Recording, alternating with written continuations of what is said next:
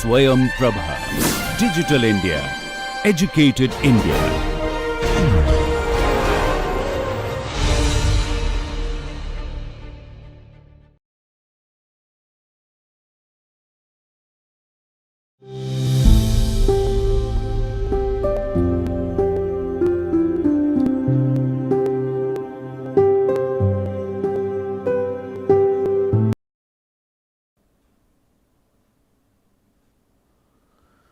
Welcome friends to this second lecture of module 3, and we are basically discussing the chemistry of soil organic matter. And in the first lecture of module 3, we have so far discussed what is soil organic matter and what is the composition of soil organic matter, what are the different components of soil organic matter, what is humus, and then we have talked about what are the functions of soil organic matter, and we have talked about different soil forming factors and their impact on soil organic matter formation, and finally we have discussed about the global carbon cycle and different pools of organic carbon or different pools of carbon and how they can interchange from one pool to another pool, and then we have talked about the carbon sequestration. So friends, just to reiterate that soil organic matter is not the the soil humus cannot be termed as a whole of soil organic matter. Obviously, soil organic matter, although we use the soil organic matter and humus very interchangeably, but these two terms are somewhat different. However, a major part of soil organic matter contains soil humus. However, the other parts are rapidly decaying organic matter, intermediate decaying organic matter, and as well as the partially decayed organic matter and different microbial biomass which are present in the soil.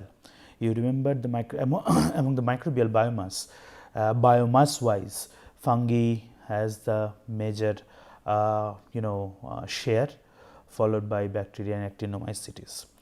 So in the last lecture we have stopped while discussing different pools of global carbon cycle, and we have started talking about the soil pool.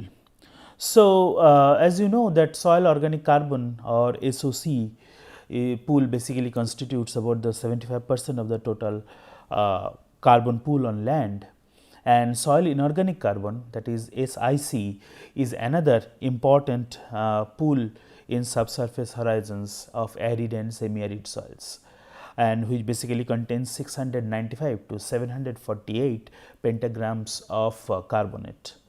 And this soil inorganic pool is basically mainly comprised of primary and secondary carbonates, and also secondary carbonates basically aids in carbon sequestration, because we are basically sequestrating carbon to remain in the field and in the form of carbonates in the subsurface horizons, and as a result there is carbon sequestration.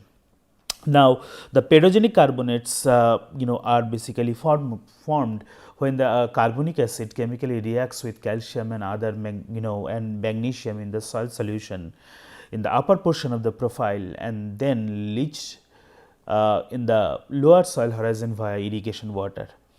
And the rate of this soil inorganic carbon sequestration by this mechanism may be 0.25 to 1 megagram carbon per hectare per year. So, it is huge.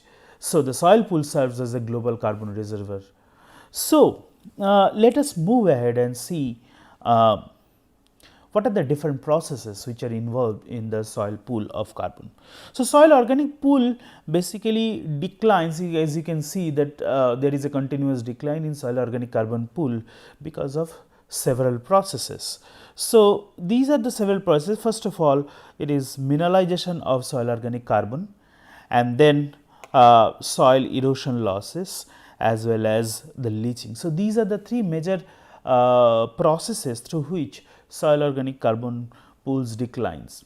So, basically, as you can see here, in this picture, if we consider the carbon added to residues and root biomass basically in the plants. So, from there and also there is humification after their death of this plant, and ultimately that will go to the soil organic carbon pool.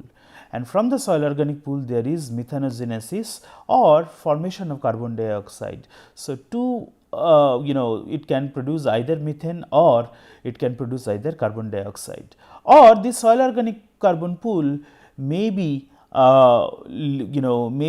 decline due to the erosion process, as I have mentioned here, the soil erosion loss. When there is a soil erosion, obviously simultaneously there is also loss of soil organic carbon, and when there is a soil, when this organic carbon eroded from the soil surface, they either go somewhere and deposit, and from this deposition also there is generation of carbon dioxide and methane depending on the aerobic or anaerobic conditions. And in also these eroded material can redistribute over the landscape, and which also can produce either carbon dioxide or methane. So, as you can see, from the carbon which is present in the residues and the root biomass can move into the soil organic carbon pool due to the humification process, and from this humification, from this soil organic carbon pool it can move, it can be declined through the erosion. The eroded materials can be deposited and further reduced or declined because of carbon dioxide or methane emission, or they can be redistributed over the land surface. Also, the soil organic carbon pool, from the soil organic carbon pool there is a possibility of leaching, as I have mentioned here. So, from this leaching, they can go to the aquatic system or the ground water, and then from there also there could be generation of carbon dioxide. So, these are some of the ways through which the soil organic carbon pool declines. And also the humification process, it is nothing but the mineralization process of soil organic carbon. So, as you can see, all these three processes are mentioned in this process, in this diagram, which shows the processes affecting soil carbon dynamics. Now, remember that land use change from natural to agricultural system increases aeration and mineralization, hence decreases the soil organic carbon. Obviously, when we convert a land which was pristine to a cultivated land, obviously the soil will be much more exposed to the air as well as open sunlight, which will further increase the degradation of organic carbon. As a result, there will be continuous decline of organic carbon pool in the soil, and so obviously the soil which is no tilled will contain more organic carbon than that of the soil which has been cultivated for a considerable amount of time.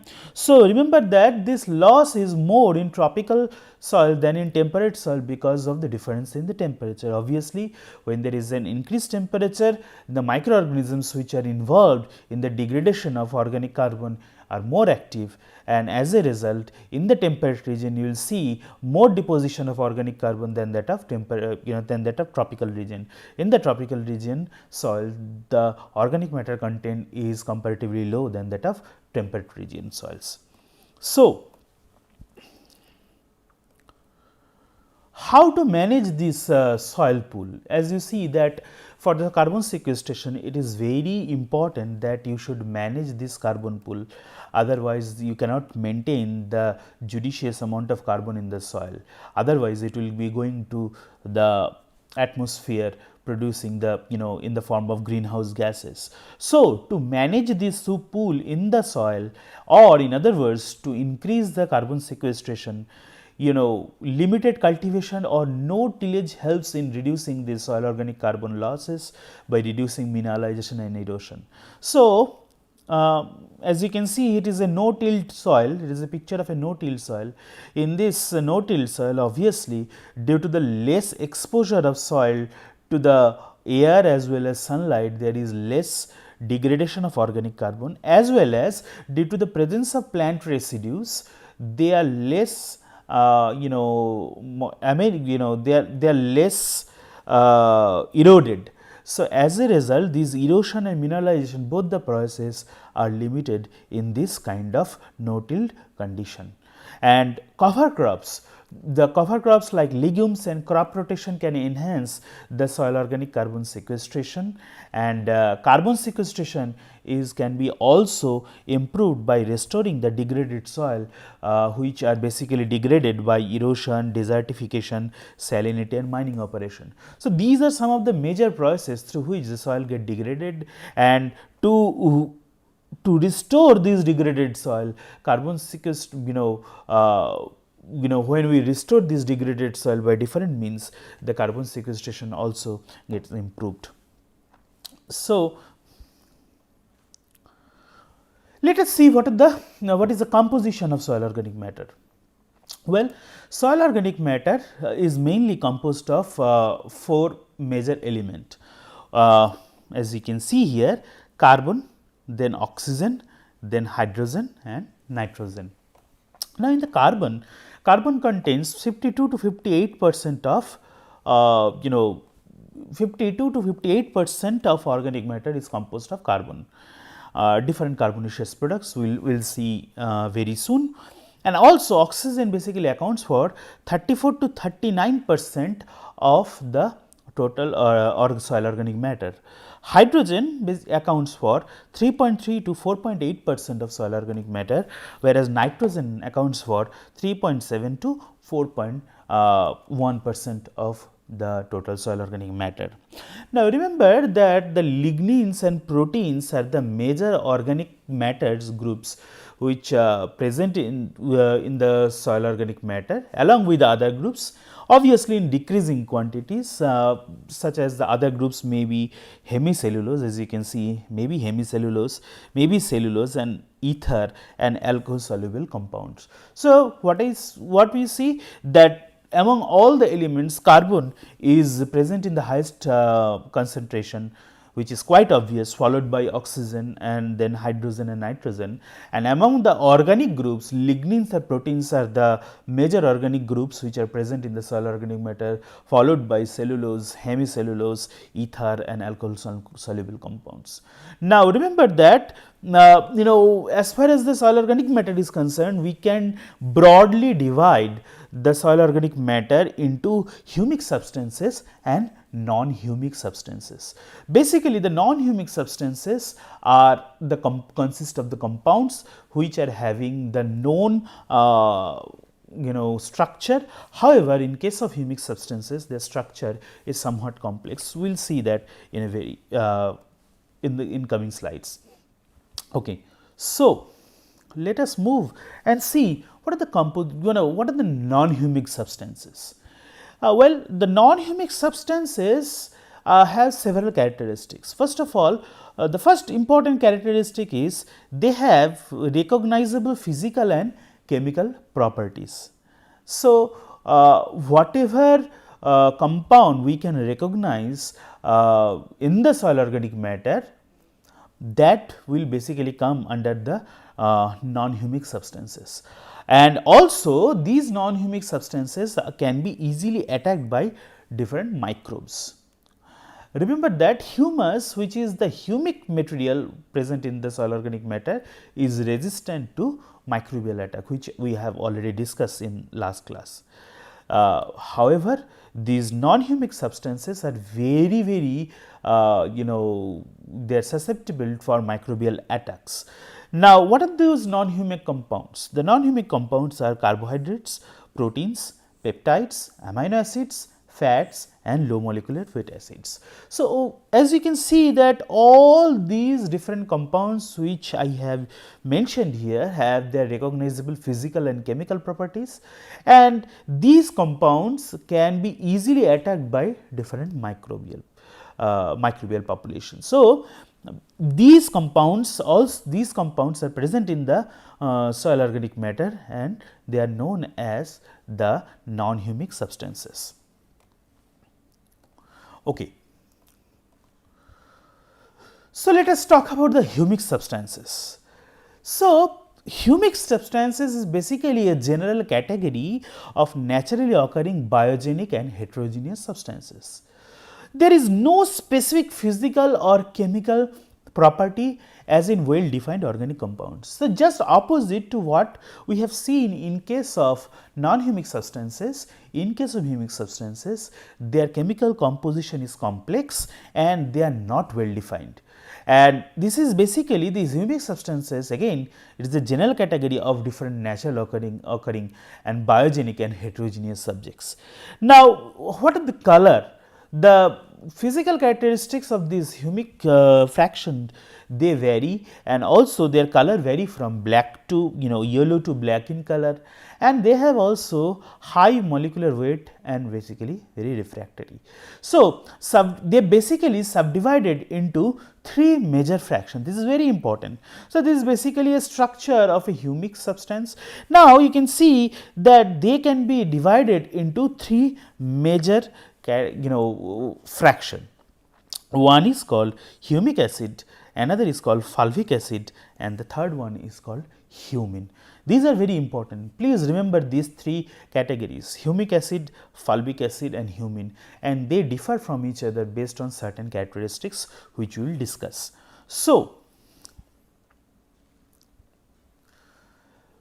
before we go and see the properties of different humic substances like humic acid, fulvic acid and humin, let us first discuss what are the different formation theories for humic substances.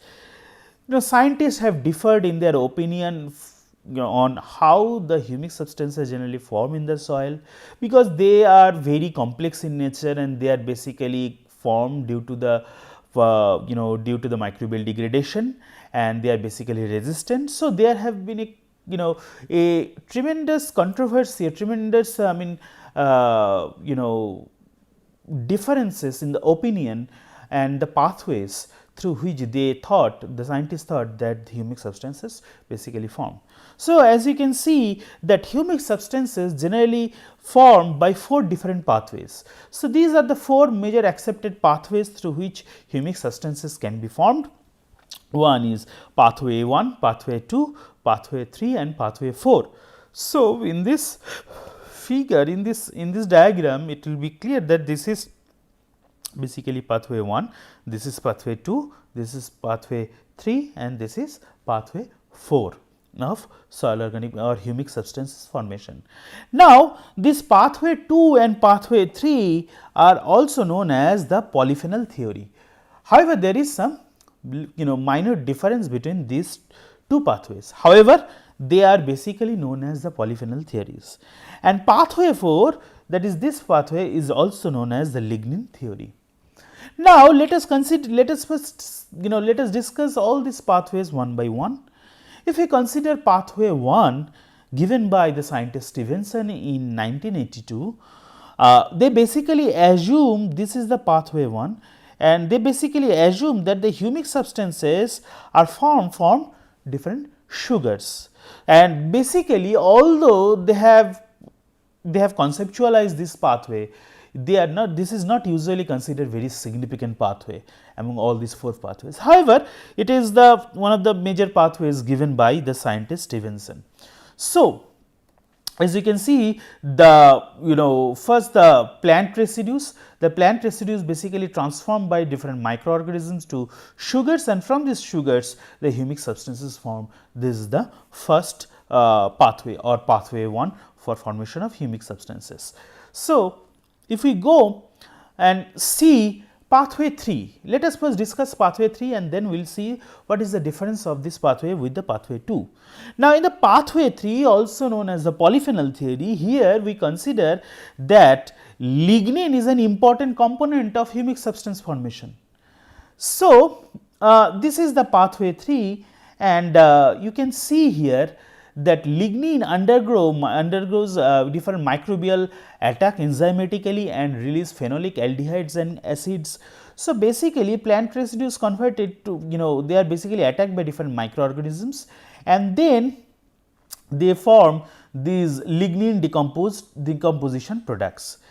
and these lignin decomposition products ultimately form these quinones, and these quinones will be ultimately producing these humic substances.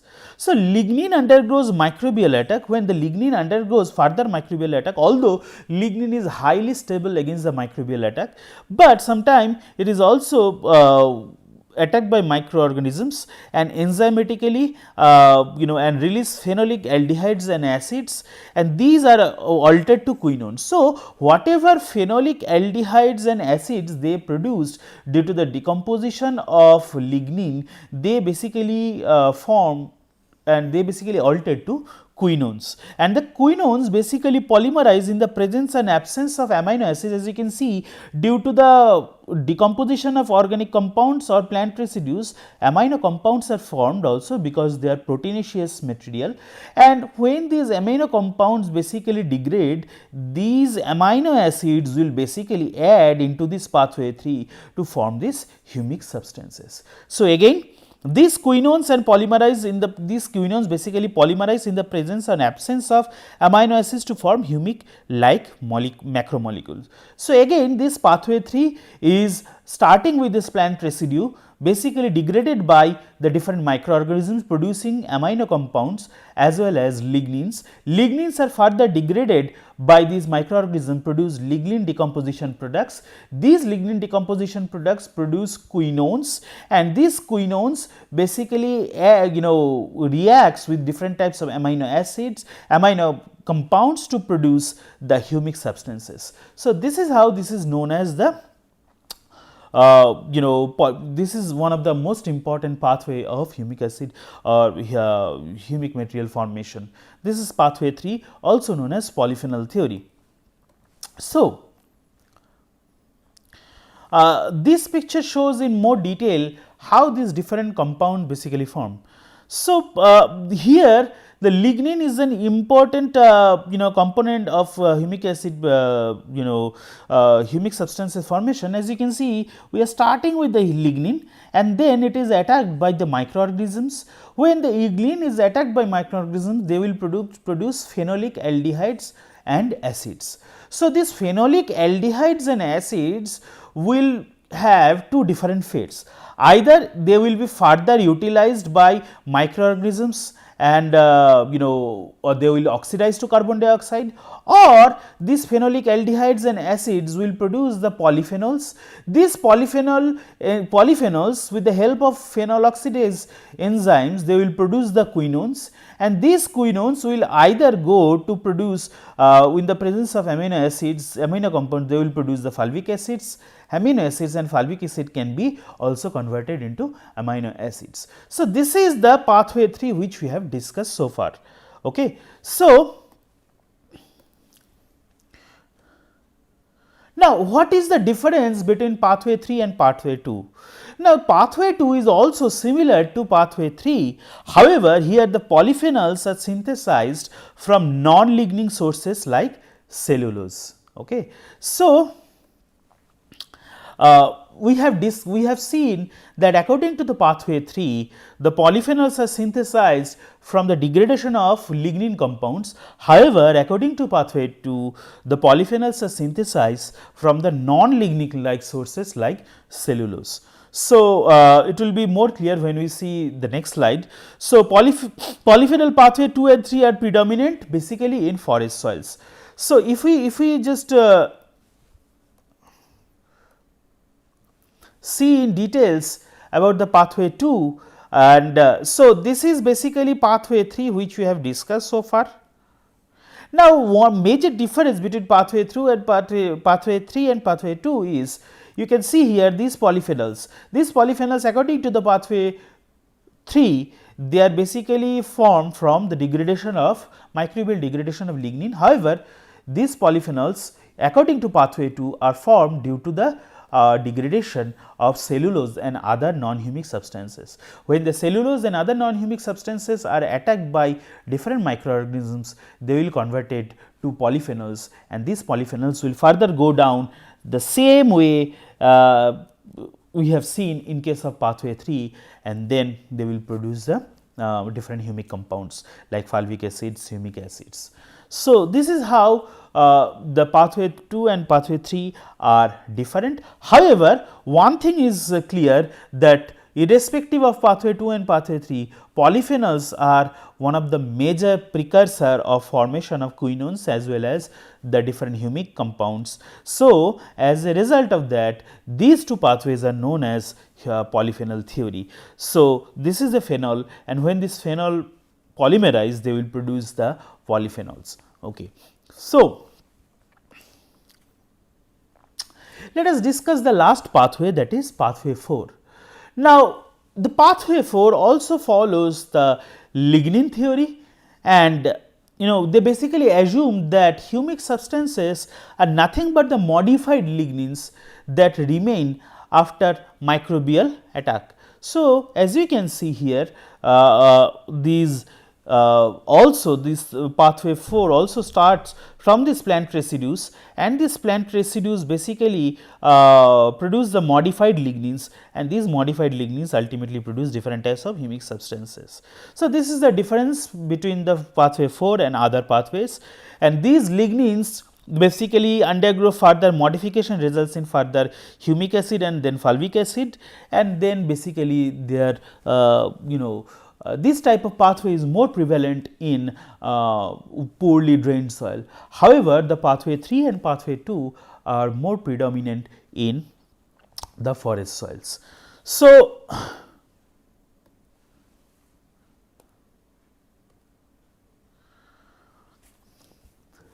we have to see that what are the environmental pathway of humic substances. Well, water is the major medium that affects the humic substances transport in the environment, and basically they can produce either oxic and anoxic environment, which affects ultimately the humic substances.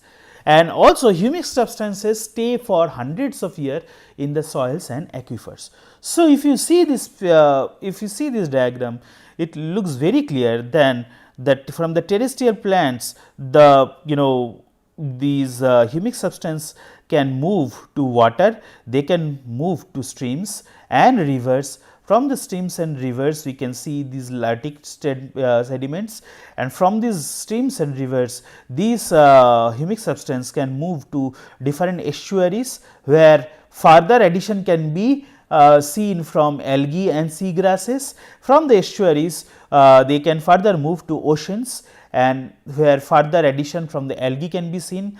Ultimately, they can be deposited as the marine sediments, and from this soil to water and also from streams can be seen interconnected with this peat, which is basically getting organic humic substances from mosses and other plants, and this peat can move either to streams or in the groundwater, and this from the streams and rivers, they can further move to the lakes. From the lake, the humic substance can further move to groundwater, and from these lakes we can see the lacustrine sediments, they can be deposited in the lacustrine sediments, and further in the lakes we got the deposition by the algae and macrophytes. So, you can see that this shows the dynamics of humic substances, or the movement of the humic substance from one type of water body to another type of water body, and they are getting either deposited there, or they are getting further contribution from different other algae and sea grasses or macrophytes, and ultimately they are getting deposited there. Especially in case of lake, we are getting lacustrine sediments. In case of ocean, we are getting marine sediments. In case of streams and rivers, we are getting lotic sediments. So, this is how the soil, these humic substances can move in the environment, different in the environment through water, and that is why water is the major medium that affects the humic substance transport. So, friends, in this lecture we have discussed about in details about different strategies for maintaining the soil organic carbon pool. Then we have discussed about the major components of soil organic matter. the humic substances and non-humic substances. Then we have discussed the 4 major pathways of humus formation or humus formation theories, I would say, and then we have discussed about the environmental pathways of humic substances. I hope that you have learned something new, and let us meet in our next lecture, where we will discuss the details and of the differences between the different humic substances and how we can separate them from each other. Thank you very much. Let us meet in our next lecture.